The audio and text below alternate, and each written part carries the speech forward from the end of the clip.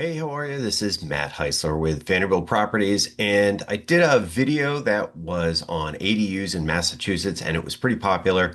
So I just wanted to give an update because although there was a lot of information in that video, I kind of pointed out that the way the Massachusetts law works and the way the headlines read wasn't really how it was going to work when people started to put it in practice. So the ADU law has been in effect for a little while. The Boston Globe has written about people's experiences trying to implement the new law.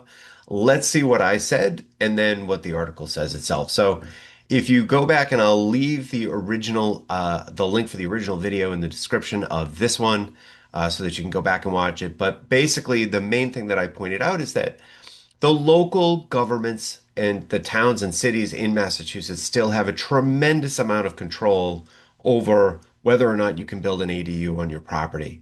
And that even though there's a law that allows the ADUs by right, there's no universal code for what an ADU is and whether or not you can build one on your property. And so the law is there, but it's doesn't have a lot of detail around how stuff is supposed to get figured out. And that ultimately means that it's a lot more restrictive than it looks when you're reading through it on the first time. The other thing I pointed out was that cost for these things was going to be an issue, and that a lot of homeowners might be thinking that this is a great way to do additional income, but the income comes at a cost. And if the cost is prohibitively high, this isn't going to be a very good investment for you. And the last thing I'm going to talk about in this video, anyway, is that an ADU may not be an equity builder for your property. Putting an ADU on your property may decrease the equity that you have in your home, uh, at, at least as the home is a standalone thing versus the ADU. And so I'll talk a little bit about why those factors are suspected by me, although we really don't have a lot of data on this point because there's not enough ADU turnover. So we're gonna jump right into it. The article on ADUs came out a couple of months ago. I was too busy to write about it then, but I've saved it and I'm just gonna go right through some of the quotes. So Boston Globe points out, but the rule allows communities to have some reasonable restrictions, including over setbacks from the property line that still present challenges for builders. I mean, this is among the most basic kind of restriction that the towns and cities have ownership over. And it should not be a surprise to the Boston Globe that these restrictions are there because it's implied in the law. But unfortunately, it doesn't look like a lot of the people that were publishing the headlines decided that they would read the law or ask anyone about it. So these kinds of things caught them by surprise. But if you were watching this channel, it did not catch you by surprise. And so in Chelmsford, for example, they found a homeowner and he was denied a permit for an ADU because he wanted to build a second driveway. I mean, that's not even about setbacks or anything. This is the and I think the second part of this quote is very important. It says Chelmsford's ADU ordinance. Well, wait a minute. I thought Massachusetts had an ADU law and allowed them by right. Well, that turns out that that only goes so far because Chelmsford has an ADU ordinance and it does not allow for a second driveway. So now that doesn't mean that every town's like that. It just means Chelmsford is. So there's a tremendous amount of discrepancy still about what you need to do in order to get an ADU on your property if that's what you want to do. But I will caution you, okay, as we jump in also from the globe. The other obstacle preventing more ADUs from being built is cost. No surprise to me. Mod Tech Homes can build a small ADU for as little as $190,000. I don't know what small is in this article.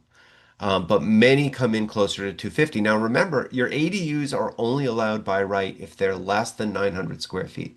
So there's a restriction there. So what we're really talking about here are ADUs that are less than 900 square feet, and they're going to cost you $250,000.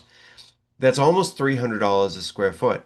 Okay. That is very, very, very expensive.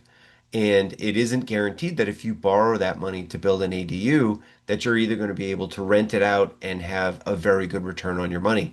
Basically, if you have $250,000 in cash, my suggestion would be to run the numbers and think about putting that money in the stock market or buying an income property, using it to buy an income property, instead of building an ADU on your property, because I don't think the return numbers are going to be here. Now, obviously, a lot of people buy ADUs because, or want to build ADUs because they solve a particular problem that they have. They want to do multi-generational living or things like that. And their cost and return is less of an option, right? Like you're doing it for you, you're doing it to improve your quality of life and the quality of life of someone else. So, I mean, all of that is good, but I'm just saying if you're doing this for money, you really need to compare it against other options because it doesn't really look like a good option to me, especially when we start talking about the experts. And it quoted someone who runs a company that builds these things, and he says it's not uncommon for bigger custom units to cost more like $400,000 or $500,000 in some cases. $500,000 for an ADU is crazy talk. Okay. There is no way you should be borrowing or paying in cash this kind of money for 1,400 square feet.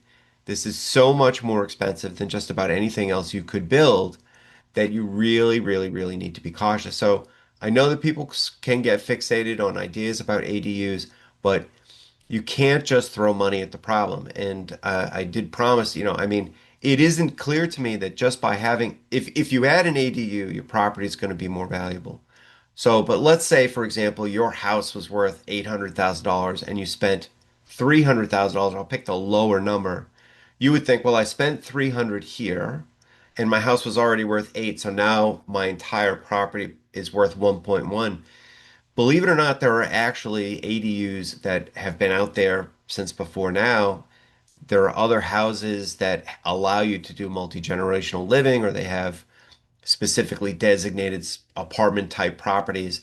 And what we see out there in the real estate market is these typically sell for less than they would on a square foot basis if they were standalones. So the math isn't straightforward here, okay? You could spend the 300 and if your house was 800, you could end up with only, maybe it's just 200,000 increase. You might lose as much as $100,000 in total equity because it turns out that these properties are not in demand when you go to sell them. You can't sell them separately. You can't sell the ADU away from the main house. So you have to sell them as a package. And the number of people that want single families is just a lot larger than the number of people that want a house with an ADU. So you need to be aware that the math on these is very suspect. And if you're thinking about putting in an ADU and you want help putting together a spreadsheet, feel free to reach out to me and I'll help. But like I said in this video a long time ago, the cost for building these things is very expensive. You need to be very cautious here. And it's not going to be an easy thing to do. Okay. You're going to have conversations with your local building office as to how you're going to get it to conform on your lot. And they still have plenty of ways to stop you if they don't want you to build it. So that's the ADU update for you. And I hope to see you next time here on the channel.